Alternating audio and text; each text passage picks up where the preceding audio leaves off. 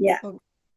A very good evening. A warm welcome once again to this Gyan Pravah, a podcast series, a wonderful initiative by our dear President Fogsi, Dr. Sunita Tandulwadkar, which is turning out to be a real interface between the community, the doctors, and the people who are kind of, experts, legends, and trailblazers in their field. I think a lot of people are already connecting to this, and many doctors feel that this is such a wonderful chance to interact with such people, because we are all so busy in our own clinical work. I really appreciate and thank Madam for this wonderful opportunity to be given, as I've told Pallavi, that this is an opportunity given to us, all the chairpersons, 30 of us. Each day, one of us will connect with star, I should say, at 8 o'clock. I'm Dr. Kiranmai, chairperson of the Fogsi No to Violence Against Women Committee. I'll be hosting the show every month, 27th at 8 o'clock. And today our guest is Ms. Pallavi Ghosh. Before introducing our guest, it's my privilege and pleasure to introduce our dear President, Dr. Sunita Tandulwadkar, Madam. Kiranmai, don't introduce me. I think Pallavi should be knowing few things about you, Madam. She's one of the real multidimensional multitaskers with no fatigue. We are really spellbound by her energy. She does, I think, easily 100 things a day with the 100% of focus and concentration. So podcast is one thing, know your numbers, where we are promoting the health literacy of the women. Like women know their numbers, 4 numbers, that hemoglobin, weight and blood pressure and blood sugar. So that is another great campaign, and so many other things that we are doing. I think we have been working 10 times the work that I have been doing in the past years. So Madam is not only President Fogsi, she's an fertility expert and a great laparoscopic surgeon. And Madam, we would like you to talk to us, tell us. Ma'am, you are muted. Thank you, Kiranmai. Thank you for your generous words of appreciation. What is important is today is the day of Kiranmai with Pallavi Ghosh. It will be such a fantastic podcast, and I'm so glad how this idea came. Never thought that it will. My intention was all my committee chairperson, I need to give them platform. Some committee chairperson can perform, some don't. There are so many restrictions of the grants they get and all. So I thought, why not to make everyone on one platform and give them a day. Fortunately, we have 30 chairperson and we could give a 30 days. That's wonderful initiative. That has become really wonderful because all of them, Pallavi, the amount of efforts they are putting, and it is going on a YouTube, on Instagram, Spotify, everywhere. So it's not only the Foxian, but the entire world can watch and hear that. Since the topics collected are so varied, I think it's adding to our knowledge also, the different dimensions. I think we evolve every day with this podcast. So I'm glad, Kiranmai, you chosen Dr. Ghosh, Pallavi Ghosh, and it will be one of the best podcasts, I'm sure. And such a young talent showing the world what we can do is beautiful.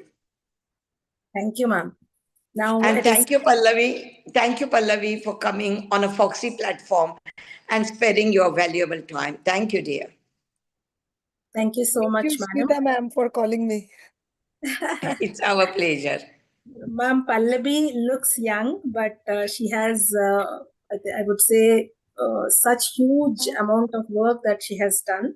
She's basically an anti-human trafficking activist. She has rescued 10,000 children from trafficking, young children. Now she's not only rescuing, now she's rehabilitating them, because I think she has understood that just rescuing is not enough, and they're re-victimized, they're again trapped into it, and homes are not accepting. So she has taken up this rehabilitation work also very seriously. At very young age, she was drawn into this work of anti-trafficking at the age of 14, if I'm not wrong. And she's an ethnographer. She's a researcher specializing in human forced labor, trafficking, and migration related conflicts. She has worked extensively on this both nationally and internationally. And she's connected with thousands of people. The best part is you call her, she's there. Either it's a No, talk, no, it's a nothing like that. platform, it's a physically you invite, whether it is a podcast. She does not miss a chance to meet with people across all the fields. I think that's her passion to make people know about this important topic. And NGOs, NPOs, CSRs, corporates, engineering colleges, IIT. She's gone all, and she's been the TED speaker also. She was chosen as the one of the 75 impactful women leaders by the UN in the last International Women's Day. And because of her work, she has represented India in a lot of global platforms. One of the main things was the 2015 Global Freedom Exchange Program for Anti-Trafficking Leaders. She was one of the 26 female NGO leaders who have represented their respective countries. And she's featured in almost all the both the press, the vernacular, regional, and the national English, Hindi, everywhere. She's also one another indefatigable, full of energy person. So that is in short about Pallavi, and I'm really happy between two very Thank powerful you. women. Thank you, Kiran Mai, for a beautiful introduction. And we are so happy to know about Pallavi. I still don't know her age, which you kept very nicely to your I'm She's 34. want very, to she's have in her before I 30s, leave. she's in her 30s, ma'am. I'm 34. Yeah. So no, I feel we should feel proud of our age, whatever age it may be, because we are achievers at whatever age. Now, what is important before I leave the podcast? Only one question, Pallavi. So, when you are controlling this trafficking, what is the youngest age you have taken? The youngest child I have rescued was 4 months. The youngest. Can I ask you, since the adoption in India has become so strict and there are so many formalities waiting, the couple get exhausted. There are several in a queue who wants to get. So why not to combine this activity with the adoption institute? And there will Actually, be so many. ma'am, Yeah. actually, ma'am, actually, the problem is that a lot of children are trafficked under the garb of adoption. That is the reason the government of India has started this Kara thing. Otherwise, earlier, I remember there were so many children who were being given for adoption. The process was very easy. Like there was not such a big queue. The so-called adoption agency, whether it's an NGO and all, they used to monitor the child for a year and then.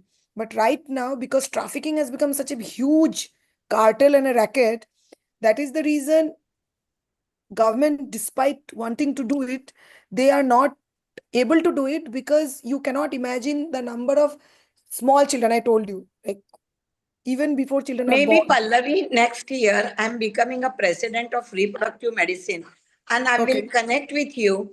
Maybe okay. our organization, you and government can come together and make this process little simpler, Yeah, yeah, easier, and we can help them getting the family very soon.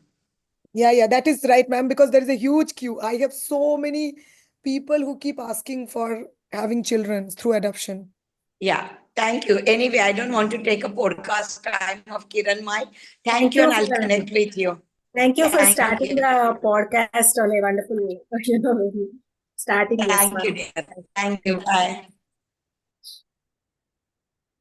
So Pallavi, basically, what do we understand by human trafficking? We use the word, we hear the word everywhere. So, what is it exactly? See what happens, people mix human trafficking with kidnapping. Human trafficking is not like kidnapping, it's a little bit different. Under human trafficking, individuals, irrespective of all genders, all ages, they are lured, influenced. Like, for example, there are people who will lure you for a job, or for marriage, or for love, or for, giving you a hope. Generally, people who are vulnerable.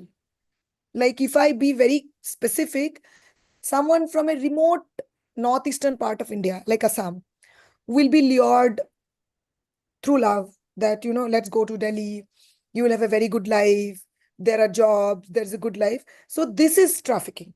Somebody's one individual being transported from one place to another place through influence, through luring, which is like a subtle. It's not kidnapping. It's No, not no, no, no. There is totally. a thin line Like, because in human trafficking, people are given a very different kind of a dream. Your life is very beautiful. You will go to Delhi, you will be able to eat a burger, or you will be living in a house which has a fan. Because I remember children saying that, we never saw a train. Somebody told us that we will be going in a train. So the train itself was so such small interesting. things. Yeah, Yes. like Yes. basic things like an ice cream or a Hmm. train or a burger or maybe making a hair braid. So many children told me that they got trafficked because they wanted to braid their hair in Goa. It happens quite a bit.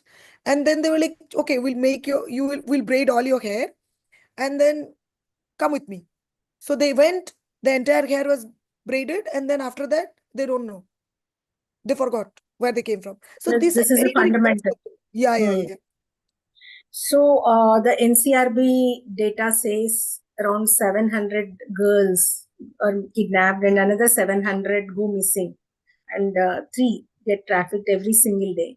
So this is a very huge burden. So how grim is the picture in our country? How intense is the problem? It is very intense. I cannot give numbers, but the data that is there in NCRB is very less compared to the actual data. Because imagine I used to get 10 to 15 calls every day.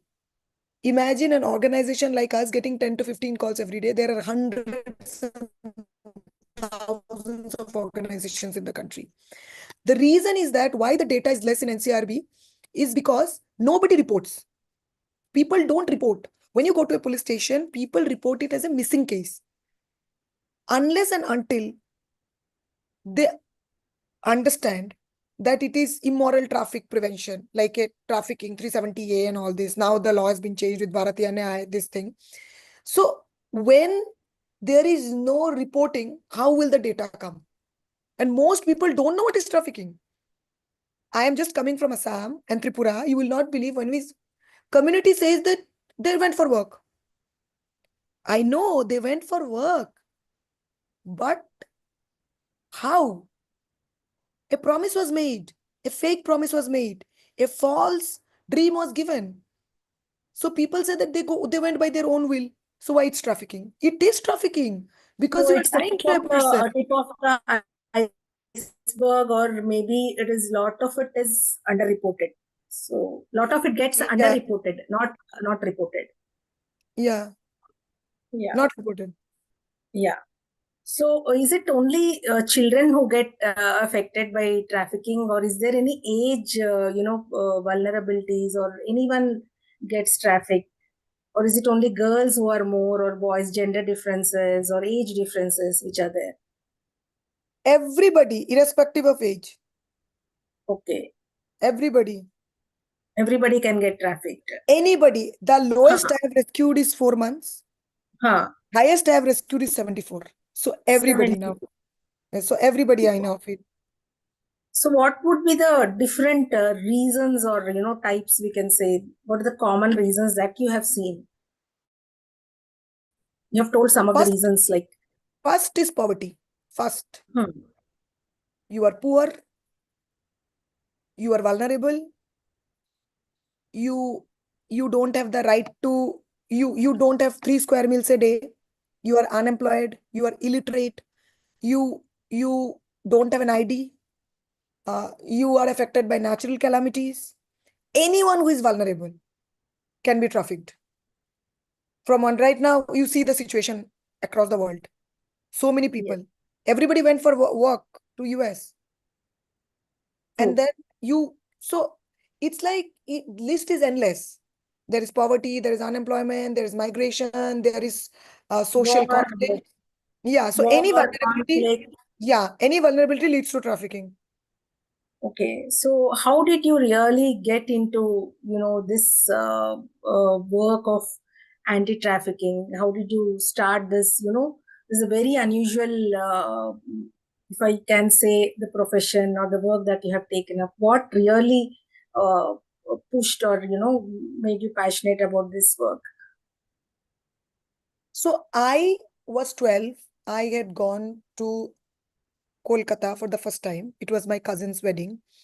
And the cook who was there in the house, she took me, she liked me because I was a very talkative child, and she was requesting my mother, can I take her to my village? My mother was initially reluctant, but after a lot of convincing, she took me. I stayed in their village for 7 days. I was playing with boys a lot in the village because I was a very extrovert child. On the fourth day, there is this man who comes running across the village and reaches to me and tells me that, there is this, and tells me that, there is this child that is missing, and she's my daughter. Can you please help? I didn't bother because I was 12. He was 12. And then I asked him if he went to the local police station. He said, yeah, I went, but nothing came out. Long back, imagine 22 years back, story I'm talking to you about. I took his name, came back, but this incident did not make me sleep because my father used to stay far away from me and I used to keep thinking. Then multiple incidents happened. I started talking to people, figuring out. I did not know what was trafficking, honestly. It took me 8 years, 7 years to understand trafficking.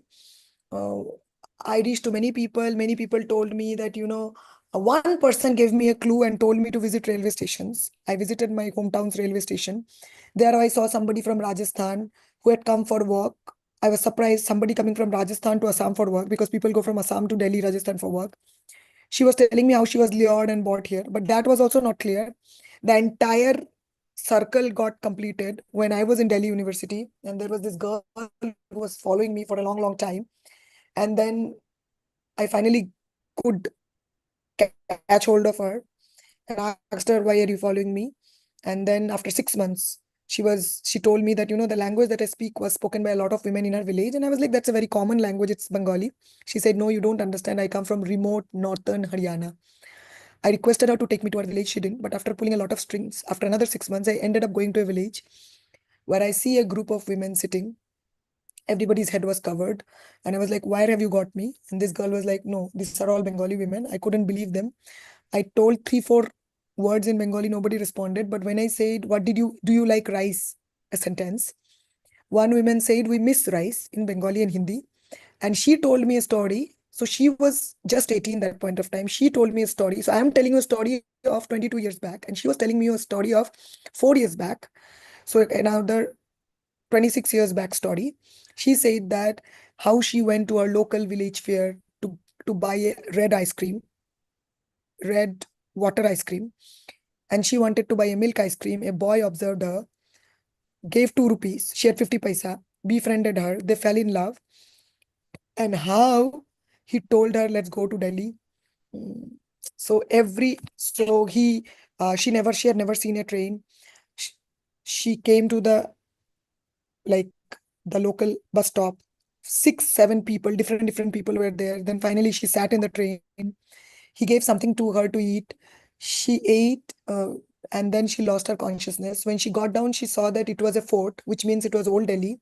And then when she finally opens her eyes, she feels she is in a room, and she opens her eyes, she finds herself in a pool of hay, and there are lambs, goats around her, and she's super stressed and super sad.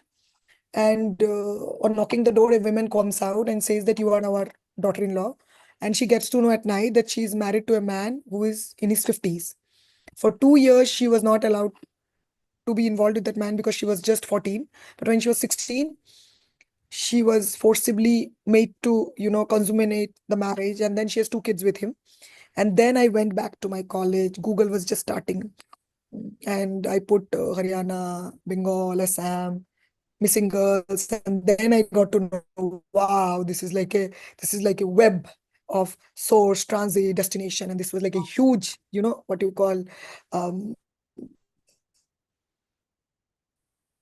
I won't say encounter, but huge revelation for me that there is something like this working in such a huge way. This is mind-boggling. Can you hear me? Yeah, it's mind-boggling. Yeah, it's mind-boggling. Yes. So that was the beginning of, trying to understand and, then after that, after your Delhi University and all, you have taken up the rescue work. What prompted you take this? It is very risky and dangerous, to really go into action. I have seen your so many posts and so many stories I have read how you have gone into such dangerous places all alone to rescue these girls. So, how perilous or how dangerous is this task of rescuing?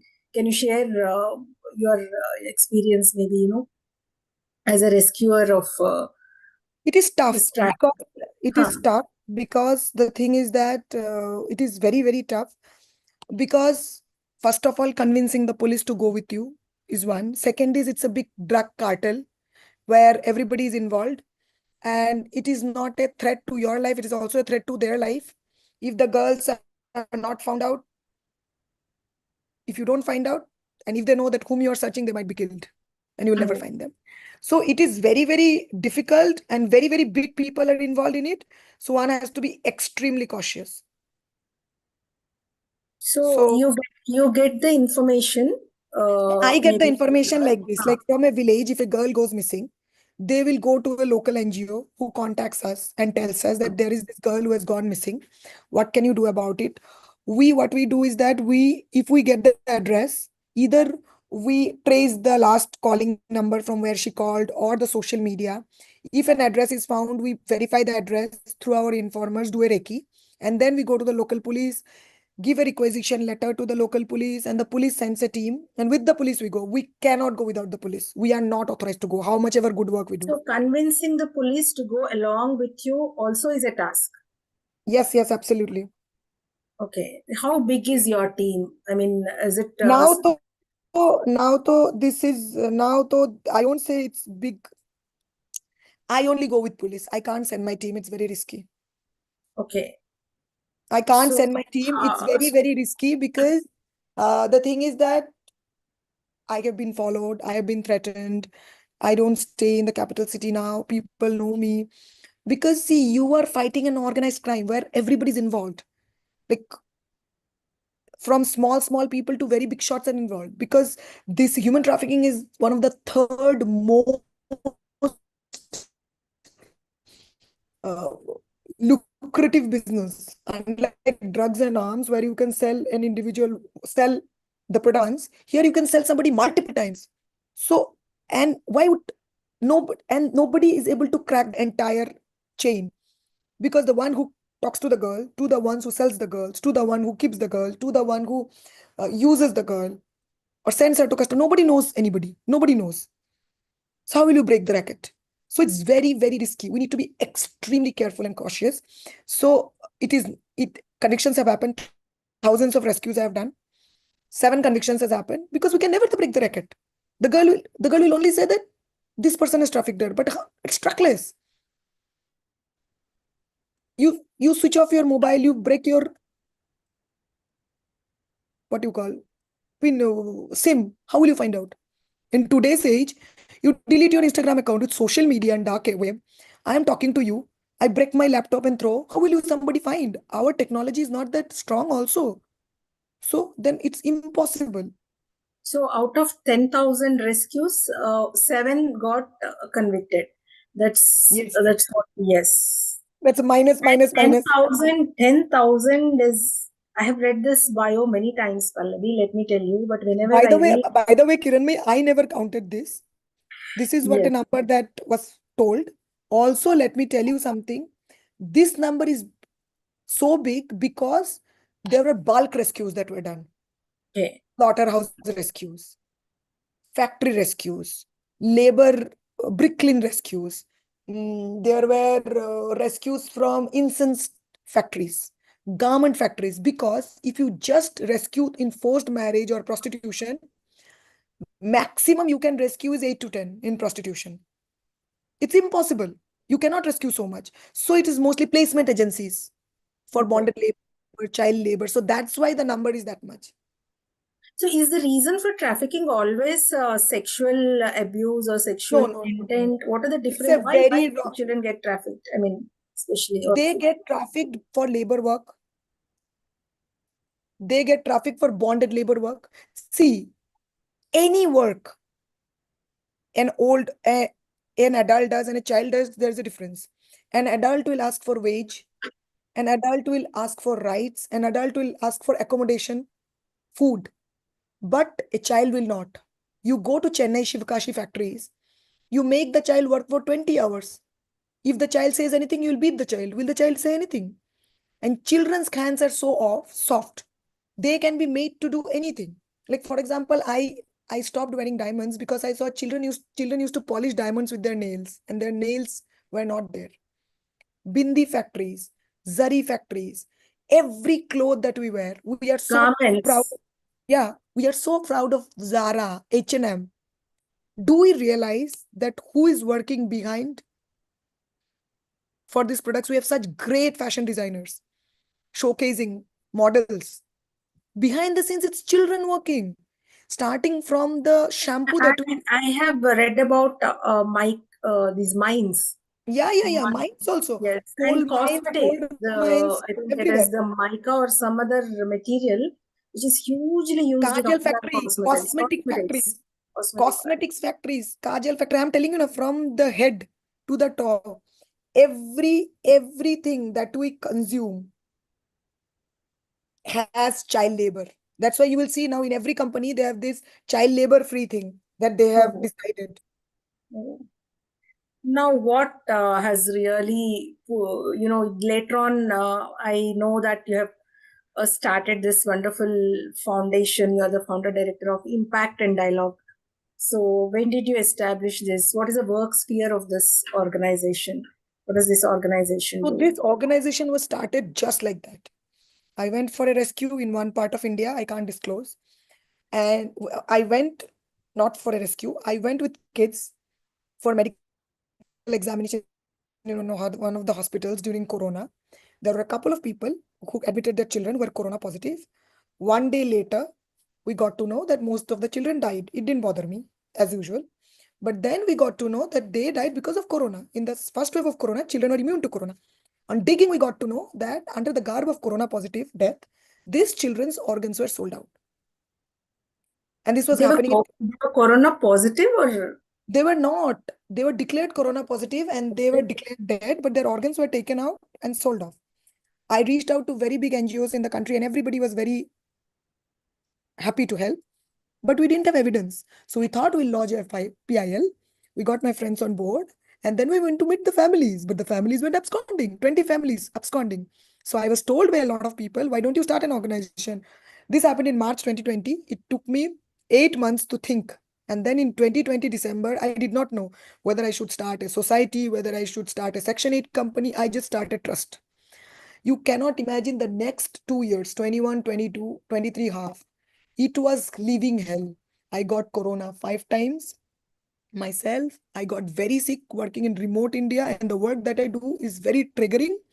And nobody, people want to help, but they get triggered. What are you saying? Somebody's getting 10 rupees. They don't believe. Like when I tell them, this girl got 70 rupees for working for an entire week. What are you talking? And then I have to make them meet the girls. So I was in Bombay. I'll tell you a story. I was in Bombay and there was this angel investor with me. He was also in Bombay and he used to tell me this trafficking doesn't work. And now to it's not no more trafficking also, it's modern slavery. I had to took him to Kurla. Kurla is a place in Bombay where children put buttons. That buttons, no, that holes. For stitching one button hole, the child used to get 5 rupees. Imagine for making one shirt, the child is getting 20 rupees. And I'm talking to you about 2023, 24. When I made that guy go there, he was horrified. I was like sitting in the privilege and the cushion of your house, soft cushion of our house. We don't realize how the world works. But you cannot imagine it's not more trafficking also, it's modern slavery. It is extreme labor. They live in unhygienic bathrooms, 20 people, they are getting skin infections, cancer, eczema, all kinds of things. Because big MNCs are being built, big tech parks are being built. Who will make it? People, those who are uneducated. And how do you exploit them? So that's how the organization came into origin actually. Initially, it was all about rescue when I was individually working. But then when we started the organization, we realized that children going home, stigma, taboo, families not Re-victimization. re-victimization, victim compensation takes 10 years, 20 years to get Do even the families, I mean, how often the families accept, if it is especially kind families of. accept. Families accept, but accept the moment they accept, they get them married. What is the point of this Okay. acceptance? They got them married. They don't even tell the spouse that she's a traffic survivor. The husband gets to know, throws her out of the house with two It's all kids. about the honor and it's all about the surface Everything, normalcy everything, that the family wants. everything. So that is the reason when we started, we were very clear that we will work in prevention. We created a framework: prevention, rescue, rehabilitation, and empowerment. The moment you say that your girl who was trafficked is now a survivor, will get 2,000 rupees a month, immediately their mentality changes. Economic empowerment, financial independence is like a big weapon. So that's when we decided that we have to not just rescue people. And honestly speaking, we don't do rescues much. Only when police calls me, specific cases I go, because there's no point rescuing. It's not numbers. But have you been able to repatriate her? Rehabilitate. Have you been able to rehabilitate her, repatriate her? And when you talk about rehabilitation doesn't mean getting her married. No. Rehabilitation means giving her the dignified life. Creating an ecosystem where she is respected, where she goes to the school and people are like, oh, she was rescued from that bad place. No, she got trafficked. It's not her fault. Tomorrow I might get trafficked. Just because I'm privileged, I'm not. So your honor or your dignity is not in the fact that somebody physically exploited you or you were looked as a cattle. No, you're not. So I think it's very important to work in collaboration with all stakeholders, changing mindsets, not being a bystander.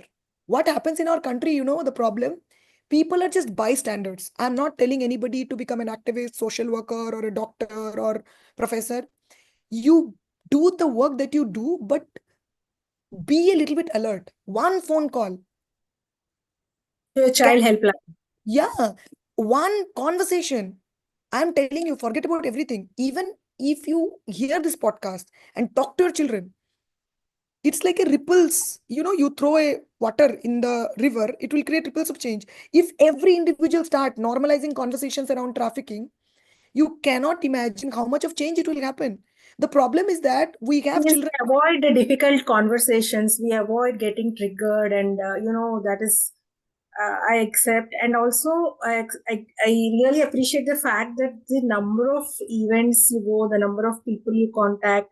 I think it's all entirely to create awareness and sensitization, isn't it, Pallavi? You talk to a Yeah, lot yeah, of. yeah, yeah. So we realize that make the community accountable. What NGOs do, which I don't like. I also run an NGO. That when the NGO will come, then something will happen. Why do you have to depend on an NGO? Make the community so powerful that the community is only able to tackle it with their own level.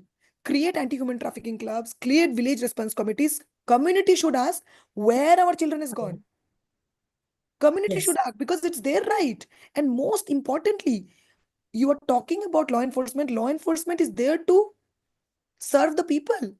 We pay taxes. So why will the law enforcement not listen to you when you go to lodge a complaint? Problem in our country is most of us don't realize we are ignorant when it comes to laws. We don't know about income tax rules. We don't know about our laws. Imagine if your child is not there. Most people don't know that after 6 o'clock, no women can be kept in a police station. Nobody can be called without any women police officer. No male officer can come and question women. So these basic things people don't know. People don't know about child helpline numbers. People don't know their local Absolutely. police But station.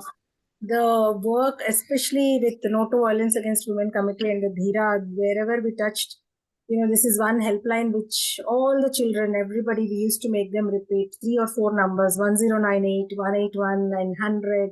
It really empowers, it's such a knowledge which makes all the difference. Then any specific toll line, helpline for trafficking that There were suppose multiple helpline numbers, Kiranmai. There were multiple helpline numbers. There was 1098, which was very active. I don't know how active it is now, but it was very. 1098 is really active. I have tried myself No, in I Delhi. was leading in 1098 in Delhi. So 109 is very, very active. Let me tell you. It Yeah, was, and it was very good actually. So I think there are other helpline numbers. I would just suggest everybody who is listening to this podcast, please keep the local police station's number. Please keep the local NGO's number and 1098, and you will not. I would say that you can do a lot. There are helpline numbers everywhere. Behind the buses, there are. In schools, there are. It is just that we don't make the effort to call.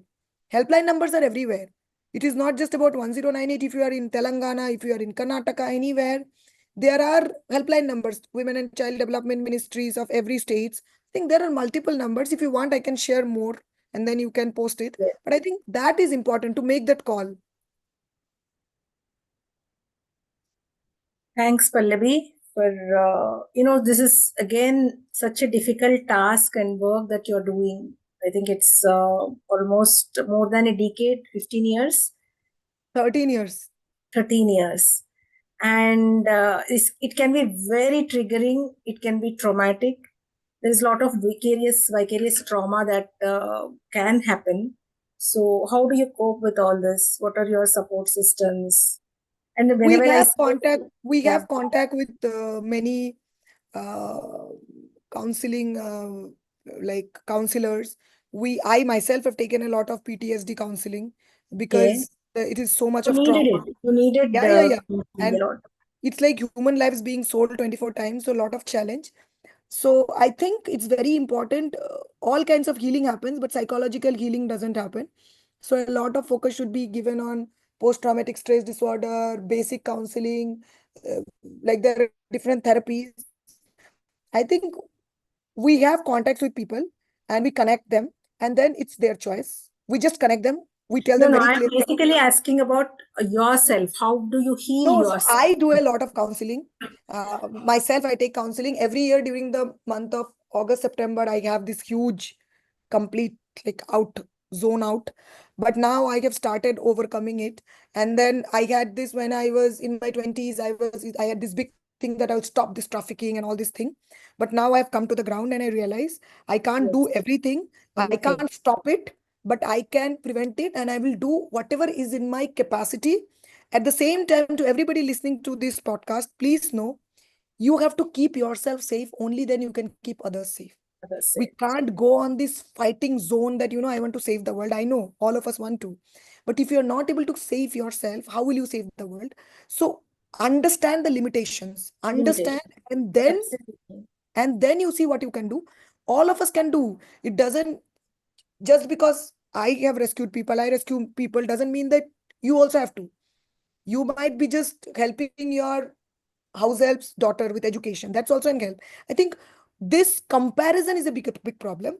I think most important is accepting our limitations. I keep doing this SWOT every time: strengths, like Weakness. weaknesses, opportunities, and threats. And then I realized that a lot of, because I have seen so much of trauma, no? So I keep, you will not believe, in the entire day, there will be 1 hour in the day where I'll be completely down. I'm like, because the girls call me. Like, day before yesterday, one girl called me and told me that her brother has beaten her, it's triggering, has beaten her so much that her eyes are swelled up. And they keep calling me and they keep pouring.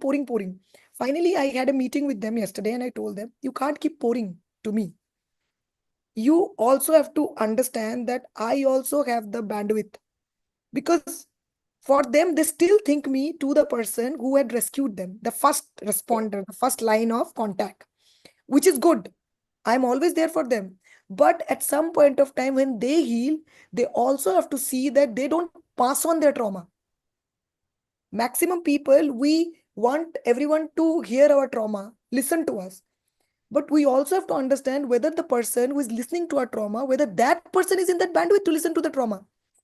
So I keep talking to them a lot, and I tell them to do journaling, I tell them to do writing. There are some these red nose therapies that we do.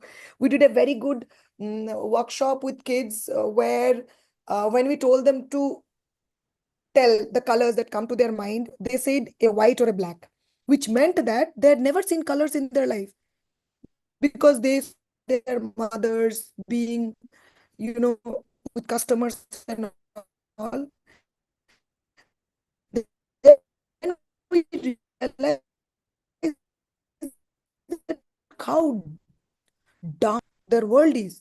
Mental health is one of the primary health. You are a doctor, or physical health. But if physical health is not good, if your willpower is strong, still you can work. But if your mental health is gone, you cannot.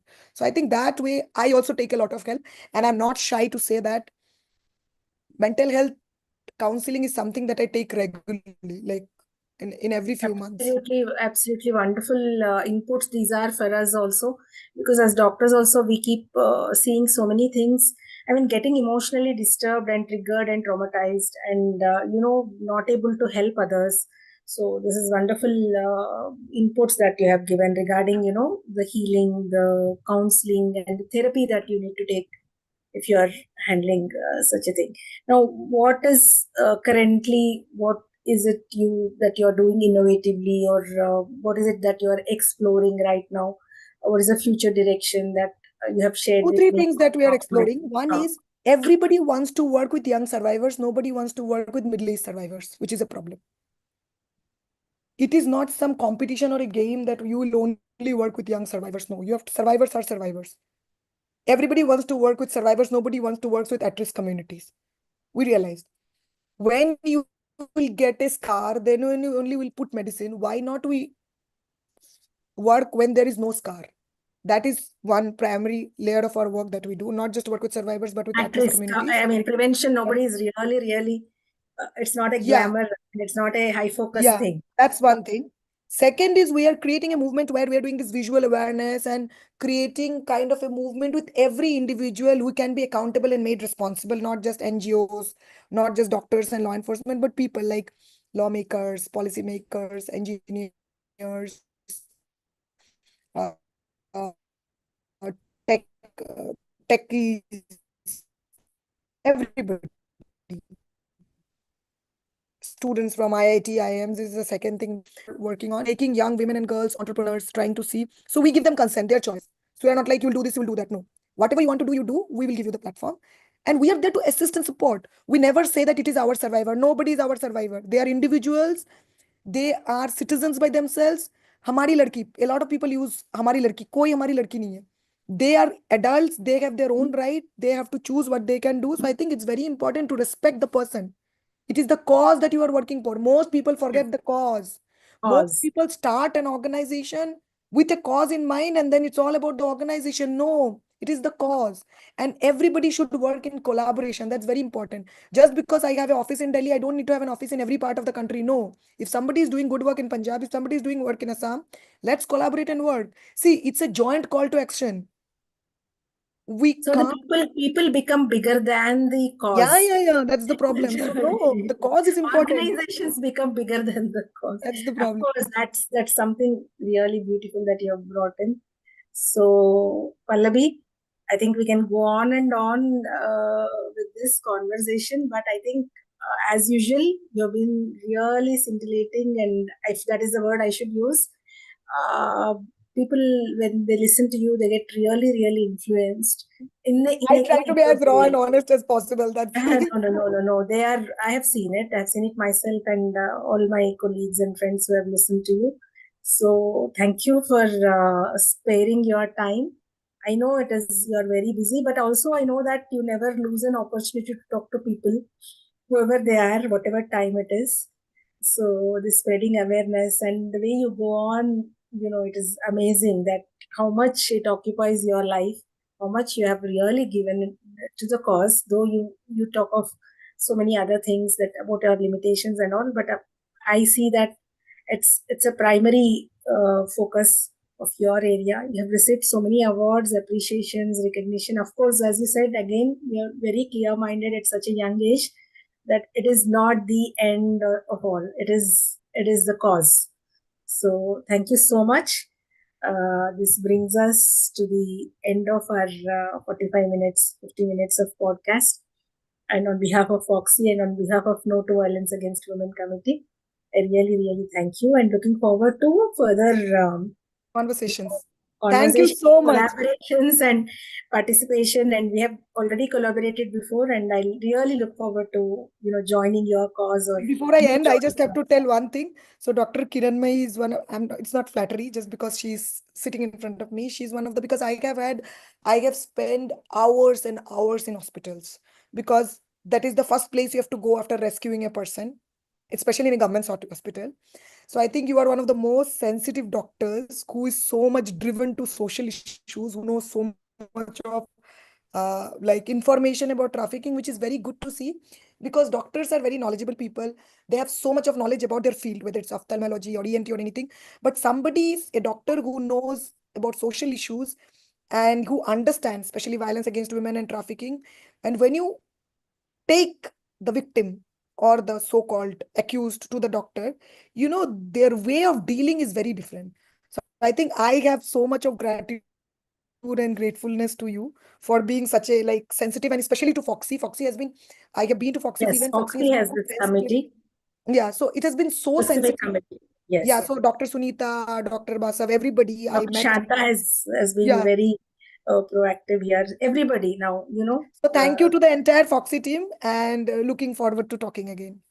Thank you. Thank you so much, Pallavi. Thank you so much. Yeah. With this, we come to the end of our podcast. Tomorrow again at 8 o'clock, the chairperson of the non-communicable diseases, Dr. Kanchan Sharma, would be talking with another expert, Dr. Anil Arora. So till then, thank you for joining us. Thank you, Pallavi. Thank you, the tech team. Thank you. This for Gyan Pravah, and thanks to Dr. Sunita Tandulwadkar and Fogsi.